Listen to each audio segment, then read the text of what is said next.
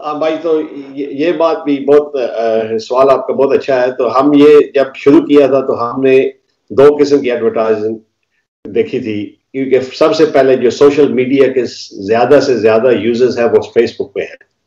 تو ہم نے وہ ٹارگیٹڈ ایڈورٹائزنگ کی تھی فیس بک پر، لیکن وہ بہت ہی مہنگی پڑتی ہے. تقریباً ایک یوزرز کو لانے کے لیے $5 بن جاتے ہیں. تو آپ حساب لائیں، کیونکہ ہوتا ہے ایسا کہ آپ اتنی ایڈورٹائزنگ کرتے ہیں تو جب کوئی کلک کرتا ہے، ڈاؤن لوڈ کرتا ہے، تو فیس بک آپ کو چارج کرتے ہیں. تو فرض کریں 1 لاکھ آدمی ایڈورٹ دیکھتا ہے، صرف 1000 ڈاؤن لوڈ کرتا ہے، تو وہ کاسٹ بہت ہو جاتی ہے نا. تو پہلی بات یہ تھی کہ بہت ایکسپینسو ہے فیس بک، جہاں کے یوزرز جو ہیں اکثر فیس بک پر ہیں، تو ان کو لانے کے لیے فیس بک پر ہی ایڈورٹائز کرنی پڑے گی، تو وہ بہت مہنگا تھا. دوسری بات یہ ہے کہ ہم نے جو انفلوئنسرز ہیں یا کہ سیلیبریٹیز ہیں یا کہ اسکالرز، ان کو بھی کانٹیکٹ کیا ہے. تو لیکن وہ سب سے پہلے بات یہی آتی ہے کہ آپ ہمیں کتنا پیسہ دیں گے. تو اگر سوچا جائے کہ دوسرے پلیٹ فارم جو ہے وہ کمرشل پلیٹ فارمز ہیں، بزنس پلیٹ فارمز ہیں، پروفٹ کے لیے ہیں، تو ان کے پیچھے شاید کوئی اور انویسٹمنٹ ہوگی، لیکن ہمارا مقصد تھوڑا ڈفرینٹ ہے. تو اس میں ہم ایسا پیسہ نہیں دے سکتے، کیونکہ میں نام تو نہیں لوں گا، بس ایک بڑے اسکالرز ان سے ہم نے رابطہ کیا، تو ان کے بزنس مینیجر کا جواب آیا کہ $20,000 دیں تو ہم ایک ٹویٹ بھیج دیں گے. تو وی کانٹ ڈو دیٹ، یہ تو بالکل امپاسبل ہے نا. یہ آپ نے پاکستان کے تھے یا کہیں اور کے تھے؟ بھائی یہ بتانا نام نہ بتائیں، خیر ہے، لیکن میں کنٹری کا پوچھ رہا ہوں کہ کس ملک سے تھے. میں یہی بتاؤں گا کہ آپ ایک بہت بڑے اسلامک اسکالر تھے. اچھا تو دوسری بات یہ بھی ہے کہ ہم نے تو دوسرا یہ بھی کیا کہ پریس ریلیز یا کہ مارکیٹنگ جو ہے نا، جو کہ اخباروں یا کہ جرنلسٹ وغیرہ کچھ ہیں، ان کو بھی کانٹیکٹ کرنے کی کوشش کی. تو کئی دوستوں نے ہمیں دوسرے جرنلسٹ تک پہنچایا، لیکن جو بگ میڈیا آؤٹلیٹس تھے جو مسلم کنٹریز میں، ان سے ملاقات ذرا مشکل ہوگی. یہ بھی سوچنا پڑے گا کہ جتنے جو جرنلسٹ وغیرہ ہوتے ہیں، ہمارے والے ہوتے ہیں، تو ان کو دن میں کئی آرٹیکلز یا سٹوریز ملتی ہیں، تو یہ بھی سوچتے ہوں گے کہ کون سی سٹوری کو پروموٹ کریں. تو یہ بھی تھوڑا مشکل رہا ہمارے لیے. اچھا، آپ نے جب یہ ایپ لانچ کی تھی یا بنا رہے تھے، آپ کو اس وقت آپ کی سوچ تو ہوگی، اور اس کی جو مطلب اگر یہ ابھی بھی کامیاب ہوتی ہے تو اس کی جو کمائی یا وہ پھر آپ اپنے ذاتی بزنس کے لیے کر رہے تھے یا کسی چیریٹی کے لیے کر رہے تھے؟ اور پہلے بھی تو آپ چیریٹی پہ کام کر رہے ہیں، تو اس میں یہ آپ بتائیں کہ یہ جو ایپ ہے اس میں اگر کوئی کمائی ہوتی ہے آگے جا کر، یا اس وقت آپ کا کیا مقصد تھا کہ اس کی کمائی کا، اور یہ آپ کس چیز پہ خرچ کریں گے؟ تو میں بھائی یہ سوچ رہا تھا کہ جب بھی دیکھیں کوئی اسلام کے خلاف ہوتا ہے حادثہ، فار ایگزامپل جب ہم نے اس کا آئیڈیا سوچا تھا تو وہ نیوزی لینڈ میں کرائسٹ چرچ میں اٹیک ہوئے تھے، آپ کو شاید یاد ہوگا، جمعہ کا دن تھا. تو وہ فیس بک پر، یوٹیوب پر، ٹویٹر پر لوگ دیکھ رہے تھے ایز این انٹرٹینمنٹ. تو ہم نے سوچا کہ جب کوئی حادثہ مسلمانوں کے خلاف ہوتا ہے تو اس کو انٹرٹینمنٹ میں دیا جاتا ہے، تو جو میڈیا والے ہیں، سوشل میڈیا والے، اس سے پیسے کماتے ہیں. تو کیا ایسا نہ کیا جائے کہ ایک ایسا سوشل میڈیا پلیٹ فارم بنایا جائے جس میں مسلمانوں کی مدد کی جائے، اس کے علاوہ کہ شیئر ہولڈرز یا پروفٹ ملا جائے، اس میں مسلمانوں کی کسی طریقے سے مدد کی جائے. تو ہمارا مقصد یہ تھا کہ 1.8 بلین مسلمان اس دنیا میں ہیں، اور ان میں سے دیکھیں 500-600 ملین تو سوشل میڈیا پر ضرور ہوں گے. تو اگر ان میں سے کچھ لوگ اس پلیٹ فارم میں آ جاتے ہیں، تو ہمارا مقصد یہ تھا کہ وہ پلیٹ فارم یوز کریں گے، اس کے دوسری طرف سے ایڈورٹائزرز جو ہے، کیونکہ سوشل میڈیا فری اس لیے ہوتی ہے کہ برانڈز ایڈورٹائز کرتے ہیں، تو ادھر ایڈورٹائزنگ والے لے آئیں گے، تو وہ ایڈورٹائزنگ کی جو کمائی ہوگی اس میں کچھ تو ہماری کاسٹ کور ہو جائے گی، اور باقی جو منافع ہوگا وہ چیریٹیز کو دیا جائے گا، جو کہ جہاں بھی لوگ یوزرز ہوں گے وہ نومینیٹ کریں گے کہ ہم فلانی چیریٹی، جیسے کہ پاکستان میں عیدی فاؤنڈیشن ہو، یا انڈیا میں کچھ اور مسلمانوں کی فاؤنڈیشن ہے، فلسطین میں ابھی یہ medicines in medicine sense frontiers جو کہ مسلمان بھائی ادھر بہنیں اور بھائی ادھر شہید ہو رہے ہیں تو ان کی مدد کر رہے ہیں. تو ہم سوچ رہے تھے کہ ایسے اداروں کو ہمارا جو ہے ایٹ لیسٹ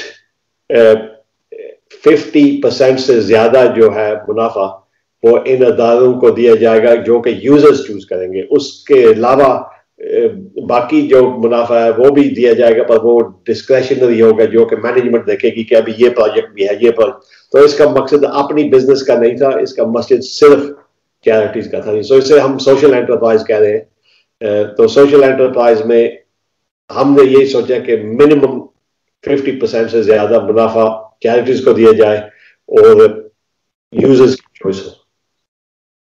اچھا, اس پہ یہ ہے کہ کوئی بھی جتنے بھی سوشل میڈیا بڑے جو پلیٹ فارم ہے کسی کا اس طرح کا مذہبی واضح ایجنڈا کوئی نہیں ہے, لیکن آپ نے جب یہ ایپ لانچ کی تو اس میں آپ کا یہ ایجنڈا سامنے آیا کہ مسلم امہ کے لیے جو ان کا پازیٹیو جو ایک امیج ہے, مطلب آپ نے ای میل اپنی میں بھی ذکر کیا تھا مجھے جو آپ نے ای میل کی کہ ہمارا جو ایک ایجنڈا ہے وہ یہ ہے کہ یہ جو اور ایپ ہیں اس طرح کی کہیں پہ جیسے اسرائیل کا ہو رہا ہے وہاں پہ کوئی پوسٹ فیس بک کرتا ہے تو اس کو ڈیلیٹ کر دیتے ہیں یا پھر نوٹیفیکیشن بھیجتے ہیں یا ٹویٹر پہ بھی آپ اس طرح کی بات نہیں کر سکتے.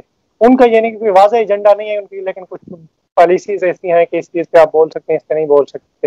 لیکن کیا اس کی یہ جو لوگوں کو لوگ سمجھتے ہیں جو غیر مسلم لوگ ہیں وہ تو یہ سمجھتے ہیں کہ یہ جو ایپ ہے اس میں میرے خیال سے وہ بہت کم ہیں لوگ, کیونکہ وہ سمجھتے ہیں کہ یہ ایک اسپیسیفک ایک مطلب ایک ریلیجیس ایپ ہے. اس وجہ سے بھی بہت سارے لوگ انٹرسٹ نہیں لیتے. ہاں تو یہ بات صحیح ہے بھائی. تو اس لیے ہم نے جب دیکھیں جو ہمارا ایپ ہے ہم نے یہ ایپ فار مسلم نہیں لکھا, یہ ایپ ہے ود اسلامک ویلیوز جو کہ مسلم ایپ سے تھوڑا سا ڈفرینٹ ہوگا کیونکہ مسلم ایپ کا تو پھر پجن ہول ہو جاتا ہے کہ یہ صرف مسلمانوں کے لیے ہے. تو ہمارا مقصد یہ تھا کہ ویلیوز جو ہے اسلامک ویلیوز جو کہ اچھائی, دوسروں کا بھلا سمجھنا یا کہ چیریٹیز, لوگوں کی مدد کرنا, ہیٹ سپیچ نہ کرنا, وائلنس نہ دکھانا, تو ہم یہ سوچ رہے تھے. لیکن اس کے ساتھ ساتھ ہمارا دوسرا مقصد یہ تھا کہ باقی ایپس میں اسلاموفوبک کانٹینٹ بہت ہے, تو یہ اس کا ایک بہت بڑا ہماری پالیسی ہے کہ اس میں اسلامک فوبک کانٹینٹ نہیں ہوگا. تو یہ اینی باڈی از ویلکم. تو یہ مسلم ایپ نہیں ہے کہ اگر آپ ہماری ٹرمز اینڈ کنڈیشنز دیکھیں گے تو اس میں لکھا ہوا ہے کہ this is not only for Muslim, anybody is welcome but you have to respect Islamic values. تو ابھی جو ہو رہا ہے کہ کچھ جو یوزرز آ رہے ہیں وہ دوسرے پلیٹ فارمز میں شاید ان کے اکاؤنٹ بند کیے جا رہے ہیں تو وہ ادھر آ جاتے ہیں. تو جب نئے یوزرز آتے ہیں وہ دیکھتے ہیں کہ یہ صرف اسلامک مسلمانوں کے لیے, تو اس لیے اس میں تھوڑی سی ڈیفیکلٹی آ رہی ہے. تو ہم یہ سوچ رہے تھے کہ اسے کیسے ایڈجسٹ کیا جائے. تو یہ ابھی سوال ہمارے دماغوں میں چل رہا ہے, اس کا حل نہیں ملا. بات یہ ہے کہ مین بات یہ ہے کہ ہم سوچ رہے تھے کہ شاید ایسا پروجیکٹ نکالا جائے جس میں مسلمان دیکھیں کہ یہ ایک ایسا ایپ ہے جو کہ سوشل انٹرپرائز مسلمانوں کی مدد کرنے کے لیے ہے. تو چیریٹیز کی بات جب آتی ہے تو اس میں یہ بھی ہے کہ اگر میں یو کے میں ہوں تو ہمارے یوزرز یو کے میں ہیں تو وہ کہتے ہیں we want to fund London ambulance services, تو وہ بھی چیریٹی ہے. اس میں بھی کوئی غلط بات نہیں ہے کیونکہ ضروری نہیں ہے کہ چیریٹی مسلمان چلا رہے ہوں. اگر مسلمان ایک علاقے میں رہتے ہیں تو ادھر کوئی اچھا کام ہو رہا ہے تو it doesn't have to be کہ مسلم charity who as long as it's doing good for society. اچھا, یہ ہیٹ سپیچ کے جو آپ کہہ رہے ہیں بالکل آپ نے یہ صحیح بات کی, اور ہیٹ سپیچ تو میں سمجھتا ہوں کہ صرف مسلمانوں کے خلاف تو نہیں ہوتی اور دوسرے مذاہب کے خلاف بھی ہوتی ہے. تو آپ یہ بتائیں کہ آپ نے اس ایپ میں جو پالیسیز بنائی ان میں کیا یہ واضح تھا کہ صرف ہیٹ سپیچ مسلمانوں کے اگینسٹ ہو یا کسی کے بھی خلاف ریسٹرکشن ہوگی؟ کیونکہ آپ دوسرے جو سوشل میڈیا پلیٹ فارم ہے ادھر بھی ہیٹ سپیچ ہوتی ہے تو وہ بھی بڑی سخت ریسٹرکشن لگاتے ہیں اس پہ. ہاں, تو ہیٹ سپیچ جو ہے وہ hate speech against any body. اگر ہیٹ سپیچ کا مطلب ہے کہ دوسرے لوگوں کو تنگ نہ کیا جائے, کیونکہ اگر جیسا آپ نے کہا ہے کہ مسلمانوں کے خلاف تو ہیٹ سپیچ جو اسلاموفوبک جس کو انگلش میں کہتے ہیں وہ تو بہت زیادہ ہے, جس میں کہ وہ ہمارے پیارے نبی حضور پاک صلی اللہ علیہ وسلم کی توہین بھی کرتے ہیں اور کارٹونز وغیرہ بھی بناتے ہیں. وہ تو یہ obvious ہیٹ اسپیچ ہے. پر اس کے علاوہ اگر ہیٹ اسپیچ آپ کسی دوسرے آدمی کو کرتے ہیں فار وٹ ایور ریزن، ضروری نہیں ہے کہ مذہب کی بات ہو، پالیٹکس کی بات بھی ہو سکتی ہے. جیسا کہ آپ دیکھیں لوگ کئی دفعہ یہ جو میم بناتے ہیں، کسی آدمی کا فوٹو لیا اور اس پر کتے کا ساتھ، اس کے سر کے ساتھ کتا لگا دیا.